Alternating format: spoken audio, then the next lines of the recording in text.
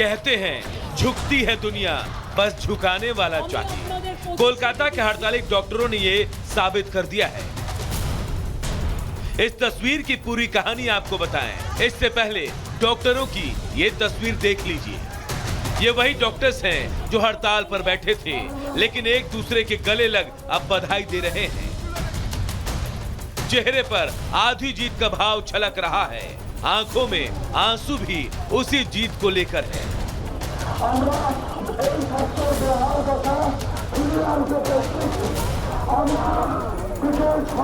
ये भाव और ये जीत की खुशी संदीप घोष की गिरफ्तारी के बाद की है। कोलकाता के आरजी कर मेडिकल कॉलेज में ट्रेनी महिला डॉक्टर से रेप और मर्डर के मामले में सीबीआई ने बड़ा एक्शन लिया है।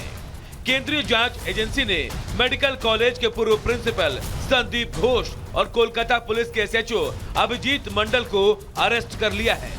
इससे पहले डॉक्टर संदीप घोष को वित्तीय धोखाधड़ी और भ्रष्टाचार के मामले में गिरफ्तार किया गया था। अब सीबीआई ने ट्रेनी डॉक्टर से रेप और मर्डर मामले में भी अरेस्ट कर लिया है। घोष के साथ सीबीआई ने एसएचओ अभिजीत मंडल को भी गिरफ्तार किया है। जानकारी के मुताबिक एफआईआर में देरी और मिसिंग ऑफ एविडेंस गिरफ्तारी की वजह बनी है। उनको तो बहुत पहले गिरफ्तार हो जाना चाहिए था, परंतु ममता बनर्जी की सरकार ने ऐसे लोगों को लगातार संरक्षण दिया। पहले संदीप घोष को करप्शन केस में सीबीआई ने गिरफ्तार किया और अब जो गिरफ्तारी हुई है वो delay in FIR, destruction of evidence, crime scene के ऑल्टरेशन के लिए हुई है। मतलब कि ये बात स्पष्ट हो चुकी है, जैसे सुप्रीम कोर्ट ने बताया, जैसे और भी सबूत सामने आए कि ममता बनर्जी की सरकार शुरुआत से ही इंस्टीट्यूशनल कवर अप करा रहा चाह। ट्रेनी डॉक्टर की हत्या तक ममता बनर्जी बंगाल में दीदी के नाम से मशहूर थी, लेकिन महिला डॉक्टर की हत्या के बाद वो खुद को दादा समझने लगी थी। लेकिन हड़ताली डॉक्टरों ने ममता को उनका पद और कद दोनों याद दिला दिया और उसके बाद तस्वीर कुछ इस तरह की नजर आई, जहां ममता आज खुद हड़ताली डॉक्टरों के बीच पहुंच गई, जिससे कल तक परहेज कर रही थी।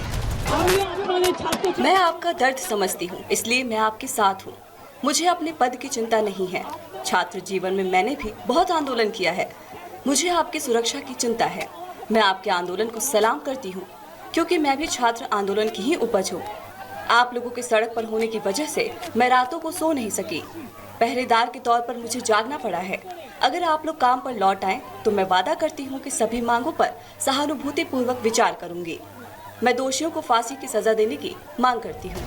सीएम ने हड़ताली डॉक्टर्स को बातचीत के लिए शनिवार को शाम 6 बजे बुलाया था, लेकिन बैठक को लेकर सरकार और डॉक्टरों के बीच फिर से तकरार शुरू हो गई। डॉक्टरों ने सरकार से मांग की थी कि बैठक का लाइव टेलीकास्ट किया जाए, लेकिन सरकार ने ये मांग ठुकरा दी और फिर सड़क का विरोध सीएम आवास के गेट तक जा पहुंचा। ममता बनर्जी दिन में खुद हड़ताली डॉक्टर से मिलती हैं, उन्हें बैठक के लिए आमंत्रित करती है। कहती हैं सीएम नहीं दीदी मिलने आई है, लेकिन उन्होंने डॉक्टरों से जिस लहजे और धमकी भरे अंदाज में बात की, उसे लेकर भी कई सवाल खड़े हो रहे हैं। मैं छात्र आंदोलन से यहाँ तक पहुँची हूँ।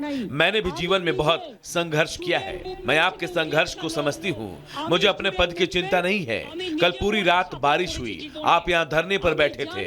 मैं पूरी रात परेशान रही। आपकी मांगों का मैं अध्ययन करूंगी। मैं अकेले सरकार नहीं चलाती। जो भी दोषी होंगे उन पर कार्रवाई करूँ।